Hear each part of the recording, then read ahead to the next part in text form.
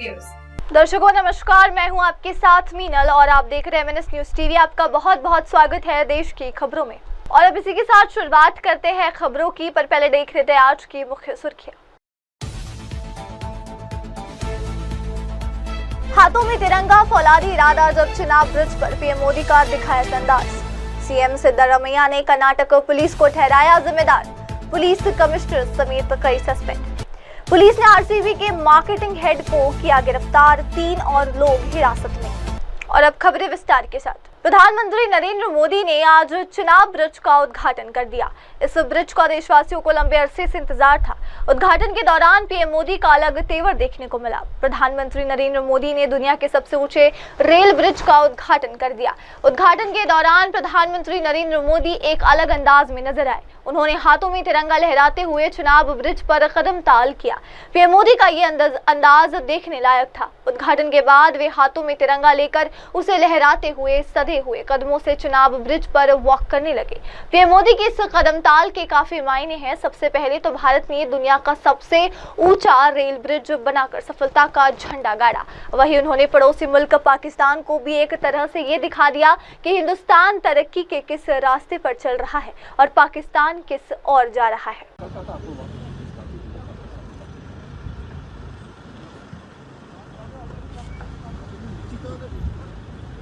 Bridge का लेना नजदीक से कुछ नहीं उसका वहां से लेना। और अब अगली खबर।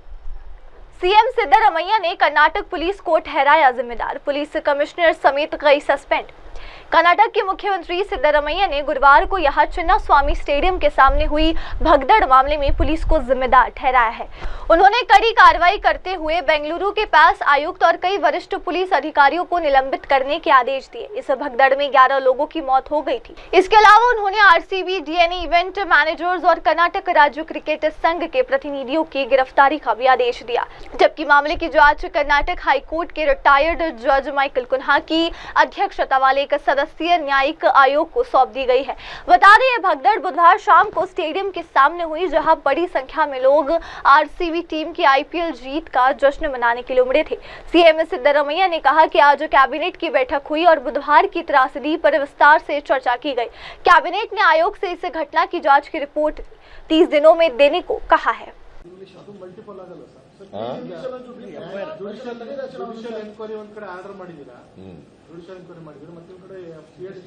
ಎರಡು ಮಾಡಬಹುದು ಎಫ್ಐಆರ್ ಮಾಡಬಹುದು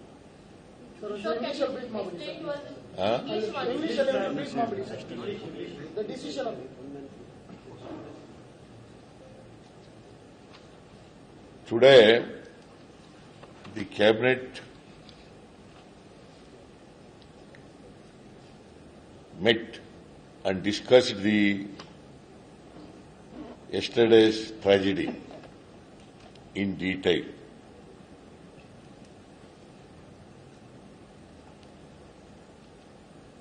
The cabinet, in its wisdom,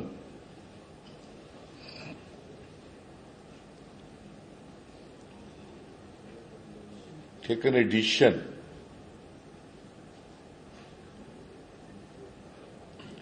to entrust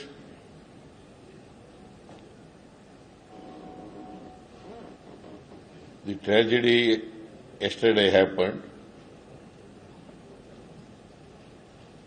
to the one-man judicial commission headed by the retired High Court Judge of Karnataka, Justice Michael Kuna.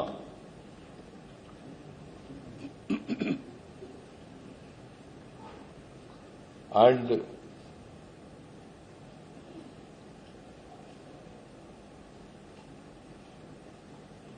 you have told the Commission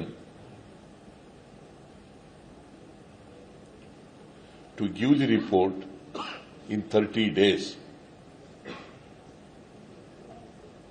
In 30 days.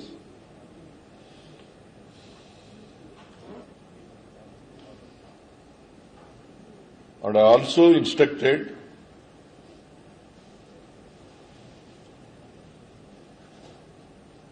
DGP of the state and DGP and IGP of the state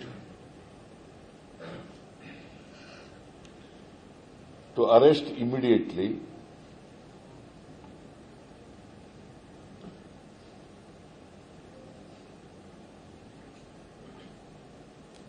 the RCB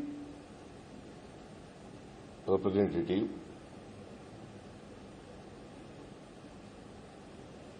the DNA event managers,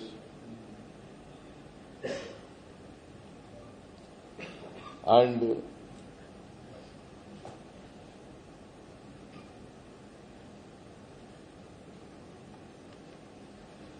the person representing KSCA, Karnataka State Cricket Association,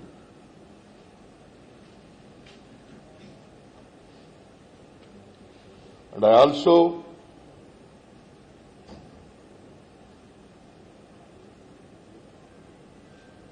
the cabinet has taken a decision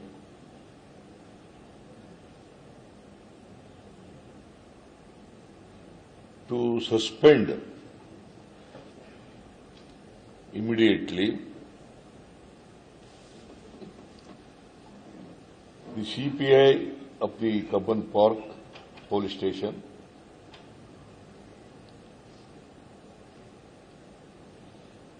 and ACP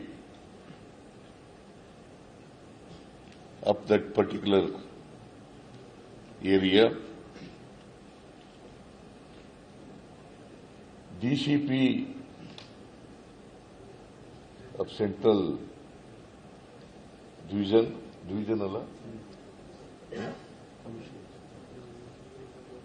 Deputy Commissioner of Police, Assistant Commissioner of Police and CPI,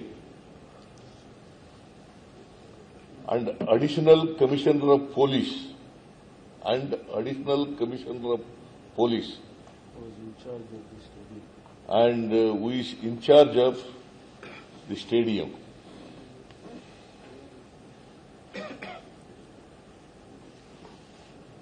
And Commissioner of Police of Bangalore City.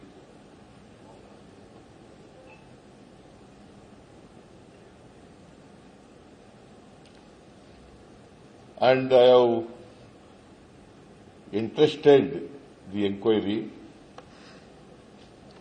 The FIR is already filed yesterday.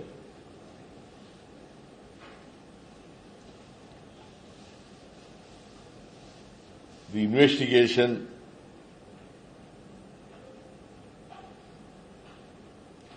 to CID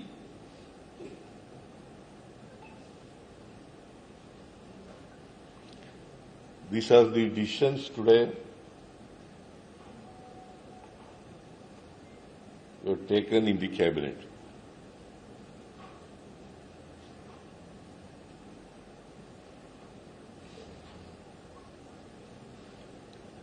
I hope अल्ल निम्गे questions ಏನಿಲ್ಲ ಅಲ್ಲ. और अब आगे बढ़ते हुए देखते हैं अगली खबर। कर्नाटक के चिन्नास्वामी स्टेडियम के पास बुधवार को हुए भगदड़ मामले में आज शुक्रवार को एक कार्रवाई की बात सामने आई है। जानकारी के मुताबिक कर्नाटक पुलिस ने रॉयल चैलेंजर्स बेंगलुरु आरसीबी के मार्केटिंग हेड निखिल सोसले को गिरफ्तार कर लिया। बता दें कि 4 जून को आरसीबी की विक्ट्री परेड मामले में अब तक की पहली गिरफ्तारी की गई। वहीं 3 लोगों को पुलिस ने हिरासत में लिया है। पुलिस ने इस केस में एफआईआर दर्ज की थी। वहीं इससे पहले सीएम सिद्धरमैया ने गुरुवार को पुलिस की लापरवाही की बात कही। उन्होंने सख्त कदम उठाते हुए पुलिस कमिश्नर समेत कई अधिकारियों के सस्पेंड कर दिया। स्टेडियम में हुए विस्फोट में 11 लोगों की मौत हो गई और 50 से अधिक लोग घायल हो गए। पुलिस ने जानकारी दी कि आरसीबी के मार्केटिंग एवं revenue chief Nikhil Sosale, DNA entertainment private limited के सुनील मैथ्यू और किरण कुमार से पूछताछ की जा रही है। सर ಸ್ವಲ್ಪ side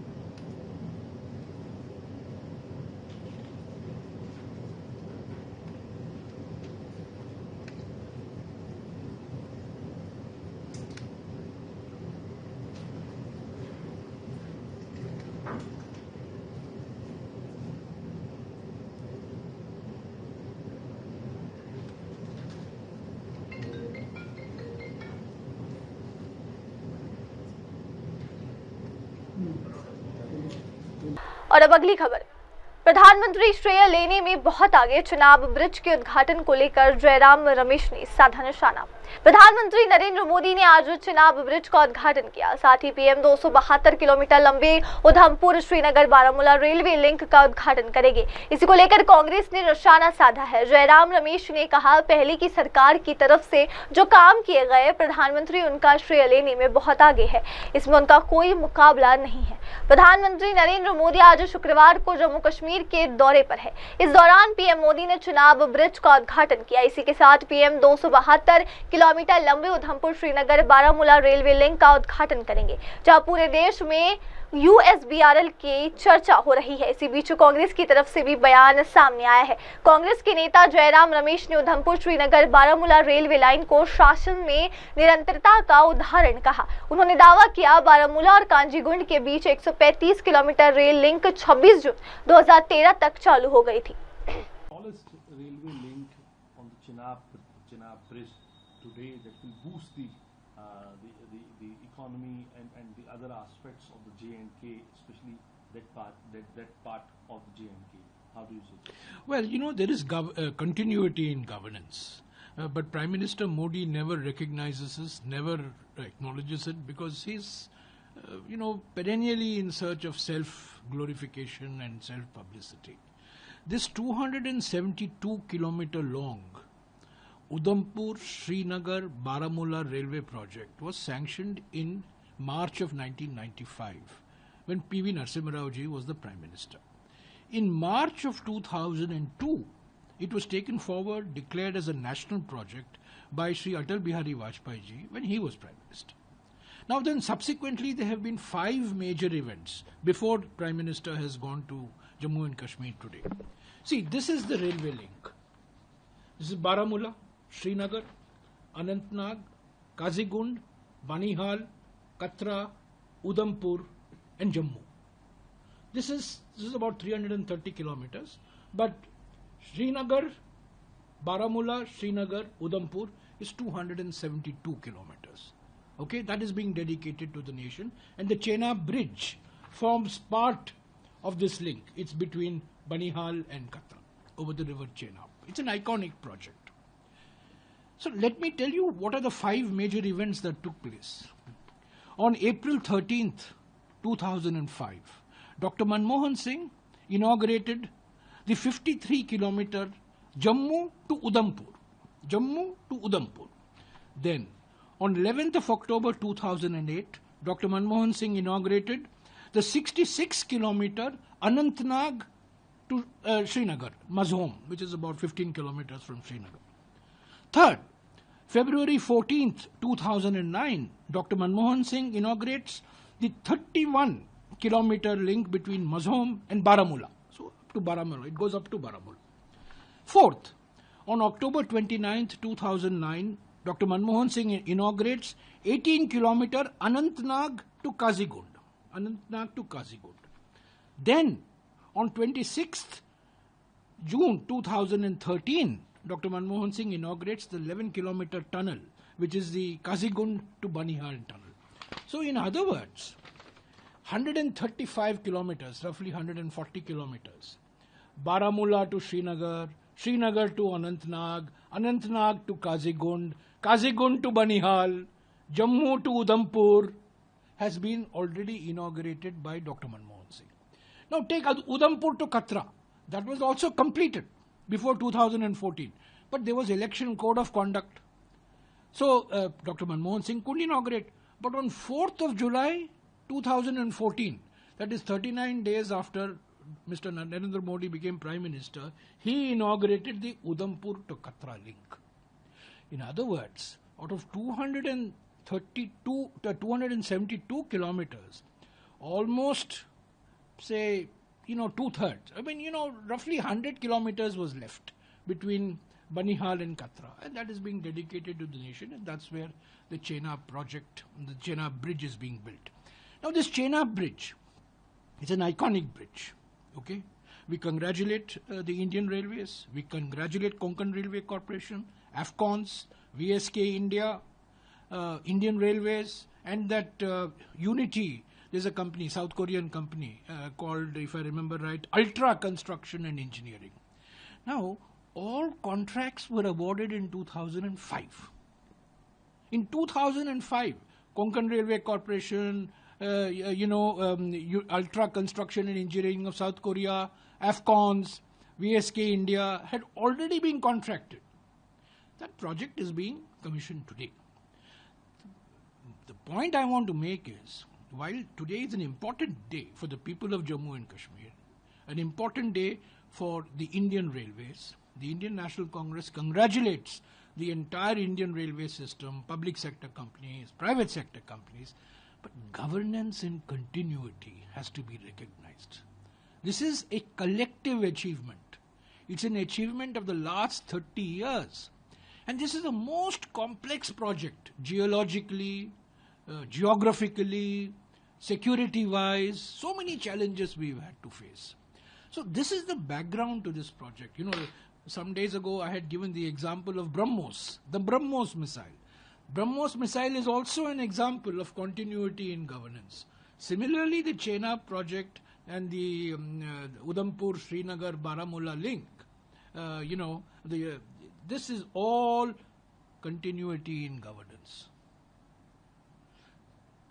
Successive prime ministers have worked to make these projects a reality, whether it's the BrahMos missile, or whether it's the Udhampur-Srinagar-Baramulla rail link, or whether it is the Chenab rail bridge. और अब अगली खबर, राहुल गांधी के लंगड़े घोड़े वाले बयान पर अब बवाल उठा है। दिव्यांगजन नाराज हो गए हैं और कहा है कि कार्रवाई नहीं हुई तो सड़क से संसद तक ले आएंगे। मध्य प्रदेश दिव्यांग खेल समिति ने राहुल गांधी के बयान को अपमानजनक बताते हुए दिव्यांगजनों की भावनाओं को आहत कराने वाला बताया है। पैरा ओलंपिक संघ के खिलाड़ी भोपाल में खेल मंत्री विश्वास सारंग के घर पहुंचे और राहुल के खिलाफ कार्रवाई को लेकर ज्ञापन सौंपा। कांग्रेस नेता राहुल गांधी के लंगड़े घोड़े वाले बयान पर मध्य प्रदेश में बवाल शुरू हो गया है। संसद में विपक्ष के नेता के शब्दों पर दिव्यांगजनों ने आपत्ति जताई और इसे अपमानजनक करार दिया। पद्मश्री से सम्मानित अंतर्राष्ट्रीय पैरा स्विमर लोहियावाला ने राहुल गांधी के बयान को दिव्यांगजनों की भावनाओं को आहत कराने वाला बताया है। केंद्रीय मंत्री ज्योतिरादित्य सिंधिया ने भी कहा कि राहुल गांधी का बयान दिव्यांगजनों का अपमान करने वाला है। मध्य प्रदेश दिव्यांग खेल समिति ने राहुल गांधी के बयान के खिलाफ राज्य के खेल मंत्री को ज्ञापन दिया। पैरा ओलंपिक संघ के खिलाड़ी भोपाल में खेल मंत्री विश्वास सारंग के घर पहुंचे और राहुल गांधी हाय हाय के नारे के साथ मंत्री को ज्ञापन सौंपा। इस दौरान उन्होंने कहा कि अगर राहुल गांधी के खिलाफ कार्रवाई नहीं हुई तो वो सड़क से लेकर संसद तक जाएंगे। राहुल गांधी ने लंगड़े घोड़े कहकर संबोधित किया, जबकि प्रधानमंत्री ने दिव्यांग शब्द दिया, सम्मान दिया। मैं समझाना चाहता हूं आपके द्वारा उन सभी लोगों को जो ऐसे, मैं तो ये शब्द इस्तेमाल करूंगा, ऐसे अपशब्द का इस्तेमाल करते हैं कि प्रधानमंत्री जी ने जो हमारे अंग्रेजी में कहते हैं स्पेशली गिफ्टेड विकलांग का शब्द को परिवर्तित करके दिव्यांगजन का नाम दिया। और दिव्यांगजन मतलब क्या?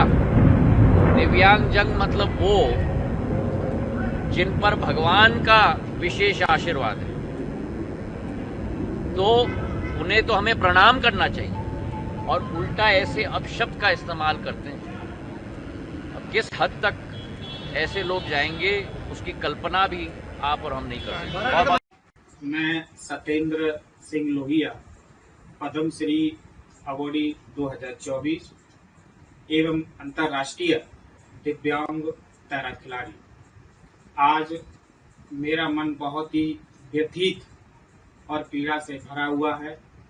मैं आप सभी के सामने अपनी पीड़ा को बयां कर रहा हूं। जैसा कि देश के लोकसभा के प्रतिपक्ष के नेता, जो एक संवैधानिक पद पर बैठे आदमी राहुल गांधी जी ने 2 दिन पहले भोपाल में आए, उन्होंने जिस आपत्तिजनक दिव्यांग भाइयों के प्रति शब्द का प्रयोग किया है, मैं उस शब्द का इस वीडियो में प्रयोग नहीं कर सकता। बहुत ही आपत्तिजनक दिव्यांग भाइयों का अपमानजनक एक शब्द वो सार्वजनिक मंच पर किया गया। ये किसी भी संदर्भ में लिया गया हो, मैं ये नहीं कहता, बट ये किसी भी संदर्भ में लिया गया तो भी ये घोर निंदनीय है, अपमानजनक है। ऐसे संवैधानिक पोस्ट पर बैठे व्यक्ति के द्वारा मैं यह उम्मीद नहीं करता, क्योंकि देश के राष्ट्रीय स्तर के नेताओं के द्वारा जिस तरीके से दिव्यांग व्यक्तियों का अपमान किया जाएगा, तो मैं कहता हूं कि दिव्यांग भी अपने बहुत ही अपमानजनक महसूस करते हैं। इसीलिए ये बहुत ही अशोभनीय है। मैं कहता हूं बहुत से, मेरे को तो खासकर दिव्यांग जितने भी, उनको बहुत पीड़ा हुई है, क्योंकि हम भी भारत के नागरिक हैं। जैसा कि यह शब्द जो अपमानजनक, आपत्तिजनक प्रयोग किया है दिव्यांग भाइयों के लिए, देश के प्रधानमंत्री माननीय नरेंद्र मोदी जी ने, जो अभी तक दिव्यांग अधिकार अधिनियम पारित नहीं हुआ था, वो 2016 में माननीय प्रधानमंत्री जी ने दिव्यांग व्यक्तियों की पीड़ा को सोचकर उन्होंने इस एक्ट को पास किया और जो भी दिव्यांग भाइयों के प्रति जो आपत्तिजनक शब्द प्रयोग किए जाते थे उनको विलोपित किया और दिव्यांग शब्द दिया।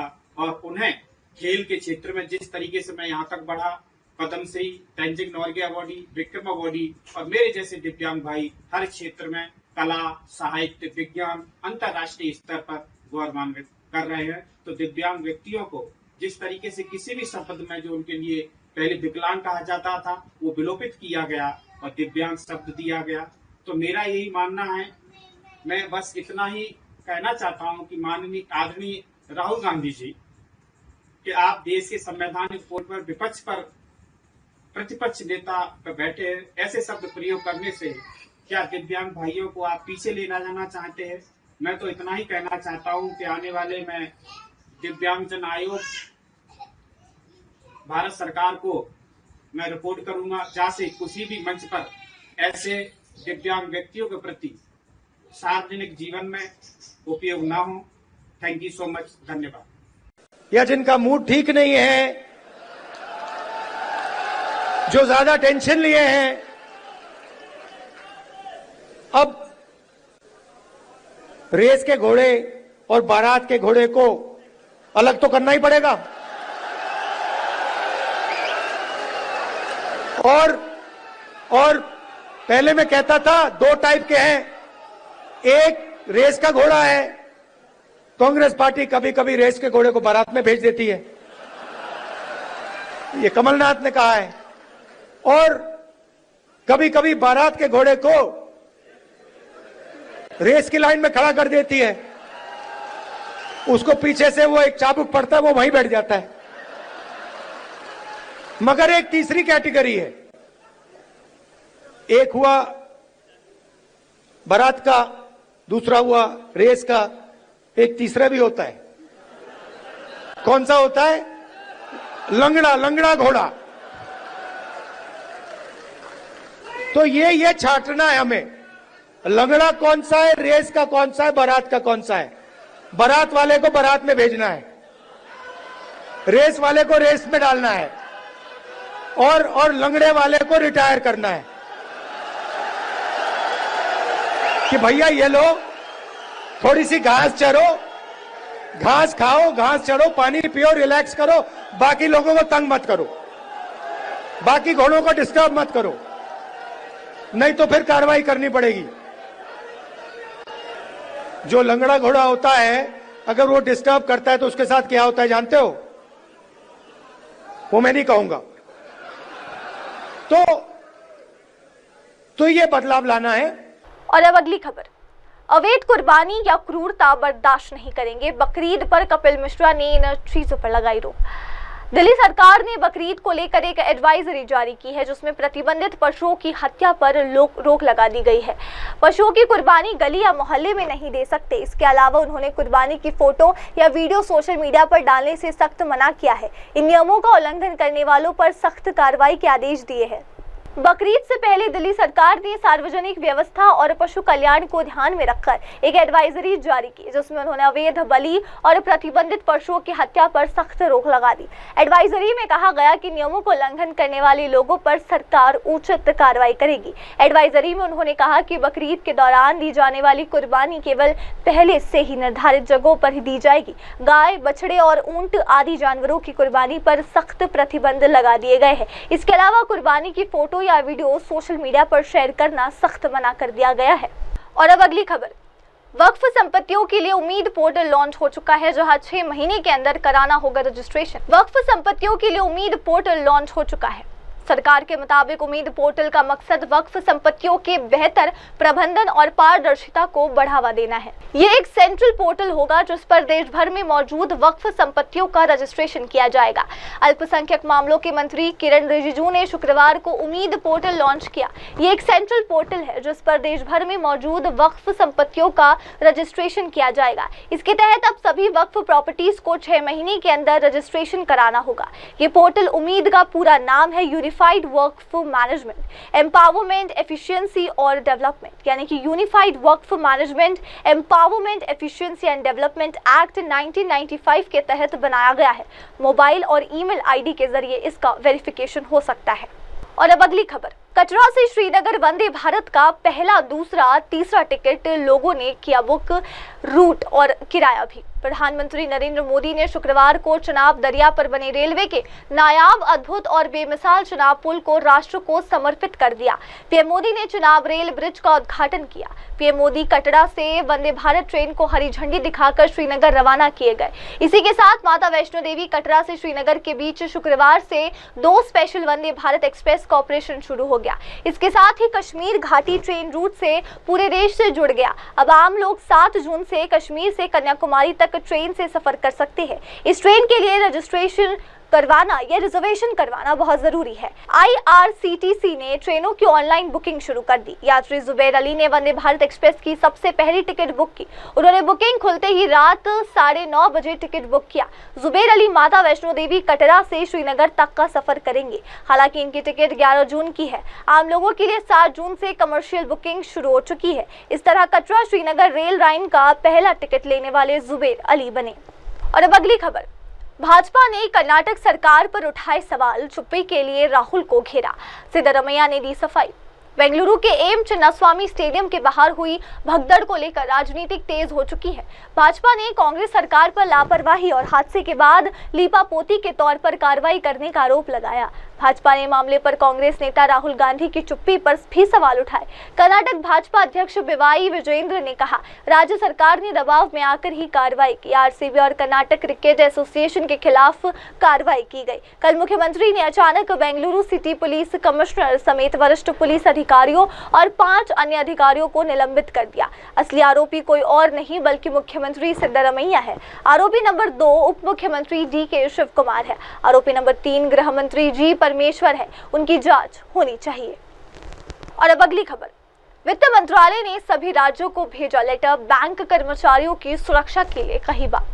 वित्त मंत्रालय ने सभी राज्यों को पत्र लिखकर बैंक कर्मचारियों की सुरक्षा सुनिश्चित करने के लिए कहा। हालिया घटनाओं में बैंक कर्मचारियों के साथ दुर्व्यवहार की खबरें सामने आई है। मंत्रालय ने निर्बाध बैंक को सेवाओं को बनाए रखने पर जोर दिया और ऐसी घटनाओं से सख्ती से निपटने के लिए कहा। वित्त मंत्रालय ने सभी राज्यों और केंद्र शासित प्रदेशों के मुख्य सचिवों को एक पत्र भेजा है। इसमें बैंक कर्मचारियों की सुरक्षा सुनिश्चित करने के लिए कहा। वित्तीय सेवा सचिव एवं नागराजू ने पत्र में जनता के लिए निर्बाध बैंकिंग सेवाओं को बनाए रखने पर जोर दिया है। हाल की मीडिया रिपोर्टों और सोशल मीडिया पर बैंक परिसरों के भीतर असामाजिक तत्वों द्वारा बैंक कर्मचारियों के साथ बोलचाल के जरिए किए गए दुर्व्यवहार, शारीरिक हमले और बैंकिंग कार्यों में बाधा डालने जैसी घटनाएं सामने आई थी। इसके बाद अब ये पत्र भेजा गया है। और अब अगली खबर, KSCA के अधिकारियों ने खटखटाया हाईकोर्ट का दरवाजा, भगदड़ मामले में FIR रद्द करने की मांग। कर्नाटक राज्य क्रिकेट संघ यानी कि KSCA के अध्यक्ष रघुराम भट्ट और कुछ अन्य पदाधिकारियों ने शुक्रवार को कर्नाटक हाईकोर्ट का दरवाजा खटखटाया। उन्होंने कोर्ट से चिन्नास्वामी स्टेडियम भगदड़ मामले में दर्ज FIR रद्द करने की मांग की। पुलिस ने गुरुवार को royal Challengers Bangalore, event management firm DNA entertainment private limited और कर्नाटक राज्य क्रिकेट संघ के खिलाफ FIR दर्ज की थी। कर्नाटक के मुख्यमंत्री सिद्धरमैया ने भी गुरुवार को राज्य के डीजीपी और आईजीपी को भगदड़ के सिलसिले में आरसीबी, डीएनए एंटरटेनमेंट और केएससीए के प्रतिनिधियों को तुरंत गिरफ्तार करने का निर्देश दिया था। और अब अगली खबर, समलैंगिक जोड़े भी बना सकते हैं परिवार, मद्रास हाईकोर्ट का बड़ा फैसला, महिला को मिली अनुमति। समलैंगिक जोड़ों के एक साथ परिवार बनाने को लेकर मद्रास हाईकोर्ट ने एक बड़ा फैसला लिया है। मामले में मद्रास हाईकोर्ट ने कहा कि भले ही सुप्रीम कोर्ट ने समलैंगिक जोड़ों के बीच विवाह का वैध नहीं बनाया, लेकिन वो एक परिवार बना सकते हैं। मद्रास हाईकोर्ट ने एक युवा महिला को अपनी महिला साथी के साथ रहने की अनुमति दी और कहा कि दोनों महिलाएं एक परिवार बना सकती है। मामले में सुनवाई के दौरान जस्टिस जीआर स्वामीनाथन और जस्टिस वी लक्ष्मी नारायण की खंडपीठ ने कहा कि परिवार शब्द को विस्तृत अर्थ में समझा जाना चाहिए। 25 वर्षीय महिला को अदालत में पेश करने और उसे आजाद करने की मांग करने वाली एक रीट याचिका पर सुनवाई करते हुए पीठ ने कहा, हिरासत में ली गई महिला ने बताया है कि वो समलैंगिक है और रीट याचिकाकर्ता के साथ रिश्ते में है। और अब आगे बढ़ते हुए देखते हैं अगली खबर। विदेश मंत्री जयशंकर बोले, दूरी और लागत घटाने में चाबहार अहम है। 7200 किलोमीटर के INSTC का जिक्र भी किया। भारत ने गुरुवार को व्यापारिक दूरी और लागत कम करने के लिए ईरान के चाबहार बंदरगाह के ज्यादा इस्तेमाल की वकालत की। विदेश मंत्री एस जयशंकर ने कहा कि भारत और मध्य एशियाई देशों को क्षेत्रीय संपर्क बढ़ाने के लिए अधिक संसाधन लगाने की जरूरत है। इससे माल ढुलाई की दूरी और खर्च कम होगा। उन्होंने कहा कि भारत और मध्य एशिया के सभी देश ट्रांसपोर्ट इंटरनेशनल राइटर्स सिस्टम के सदस्य हैं। ऐसे में सीमा पार माल ढुलाई को सरल और तेज बनाना चाहिए। बता दें कि चाबहार बंदरगाह ईरान के बलूचिस्तान प्रांत में स्थित है और भारत ईरान मिलकर इसका विकास कर रहे हैं। जयशंकर ने आगे जोर दिया कि दोनों पक्षों को दीर्घकालिक समझौते, आपसी निवेश और संयुक्त उपक्रमों के जरिए संबंधों को और मजबूत करना चाहिए। विदेश मंत्री ने भारत और मध्य एशिया के बीच आपसी जुड़ाव बढ़ाने पर जोर दिया। जयशंकर ने अंतर्राष्ट्रीय उत्तर दक्षिण परिवहन रास्ते का जिक्र करते हुए कहा कि INST के लिए ज्यादा संसाधन दिए जाने की जरूरत है। INSTEC 7200 किमी लंबा परिवहन प्रोजेक्ट भारत, ईरान, अफगानिस्तान, रूस, मध्य एशिया और यूरोप को जोड़ता है। और अब अगली खबर, बकरीद पर बकरों की कुर्बानी को लेकर विवाद शुरू हो चुका है। भाजपा नेता ने मुसलमानों को दी सलाह। बकरीद पर बकरों की कुर्बानी को लेकर विवाद शुरू हो गया। हिंदू धार्मिक संगठन बकरीद पर बकरे या किसी अन्य पशु की कुर्बानी का विरोध कर रहे हैं, जबकि मुसलमान समुदाय के नेता इस विरोध को गैर जरूरी और कुर्बानी को अपनी धार्मिक आजादी बताते हैं। इस बीच भाजपा अल्पसंख्यक मोर्चा के राष्ट्रीय अध्यक्ष जमाल सिद्दीकी ने कहा कि संविधान में कुर्बानी को लेकर कोई प्रतिबंध नहीं है। उन्होंने कहा कि मुसलमानों को संविधान के दायरे में रहते हुए किसी प्रतिबंधित पशु की कुर्बानी देने से बचते हुए अपना त्योहार मनाना चाहिए। ऐसे में कुर्बानी को लेकर कोई एक नियम सबके लिए नहीं है। सबको अपनी स्थिति परिस्थिति को ध्यान में रखते हुए कुर्बानी पर निर्णय लेना चाहिए। लेकिन जिस भी पशु की कुर्बानी पर कानून में रोक लगाई गई है, उन पशुओं की कुर्बानी देने से दूर रहना चाहिए। और अब अगली खबर, भागवत बोले, राजनीतिक दलों के बीच बनी रहनी चाहिए आपसी समझ, सुरक्षा के मामले में बनना होगा आत्मनिर्भर। राष्ट्रीय स्वयं सेवक संघ यानी कि RSS के प्रमुख मोहन भागवत ने गुरुवार को कहा कि पहलगाम आतंकी हमले के बाद भारत की ओर से की गई कार्रवाई के दौरान देश की राजनीतिक बिरादरी ने जो आपसी समझ दिखाई वो अब बनी रहनी चाहिए और इसे स्थायी रूप से ले लेना चाहिए। ये बात उन्होंने नागपुर में स्वयं सेवकों के प्रशिक्षण कार्यक्रम कार्यकर्ता विकास वर्ग के समापन के अवसर पर कही। भागवत ने कहा, इस नृशंस आतंकी हमले के बाद लोग दुखी और क्रोधित थे। वे चाहते थे कि दोषियों को सजा मिले। कार्रवाई की गई और सजा भी दी गई। हमारी सेना ने एक बार फिर पराक्रम दिखाया। प्रशासन की दृढ़ता भी देखने को मिली। समाज ने भी एकता का संदेश दिया। राजनीतिक दलों ने भी आपसी समझदारी दिखाई जो आगे भी बनी रहनी चाहिए। पहलगाम में जो हमला हुआ, नृशंस हमला हुआ और हमारे नागरिकों को हमारे देश के अंदर आकर आतंकवादियों के द्वारा मारा गया, तो स्वाभाविक सबके मन में दुख था, क्रोध था और अपराधियों को शासन होना चाहिए, इसकी उत्कट।